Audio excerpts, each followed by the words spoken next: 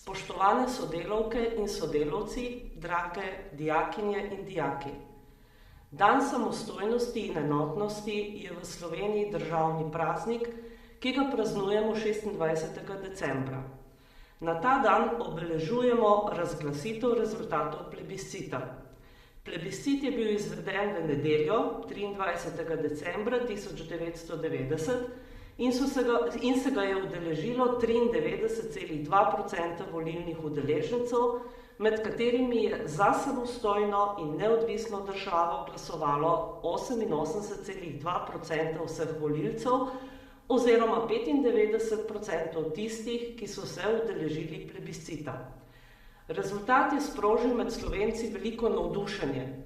S tem aktom narodne samoodločbe je bil postavljen temelj za kasnejšo državno osamosvojitev Slovenije.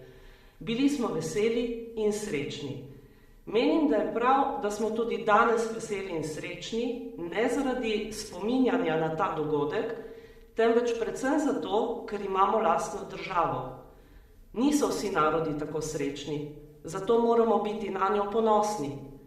Na začetku se je praznik imenoval le dan samostojnosti, od leta 2005 pa se imenuje dan samostojnosti in enotnosti, saj naj bi na ta dan Slovenci pokazali največjo mero enotnosti v svoji zgodovini.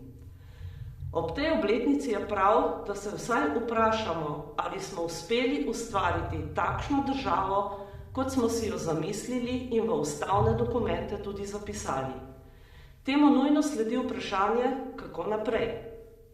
Želim nam, da bomo v letu 2018 uspešnejši, da bomo složnejši, da bomo ustvarili bolj prijetno okolje za delo in druženje, kakovostno življenje vsakega posameznika in skupnosti nam mora biti vodilo za dejanja in odločitve. Ob novem letu vam želim, da uspešno premostite vse izzive, ki vam stopijo na pot, in da preživite čim več prijetnih trenutkov v krogu vaših najbližjih.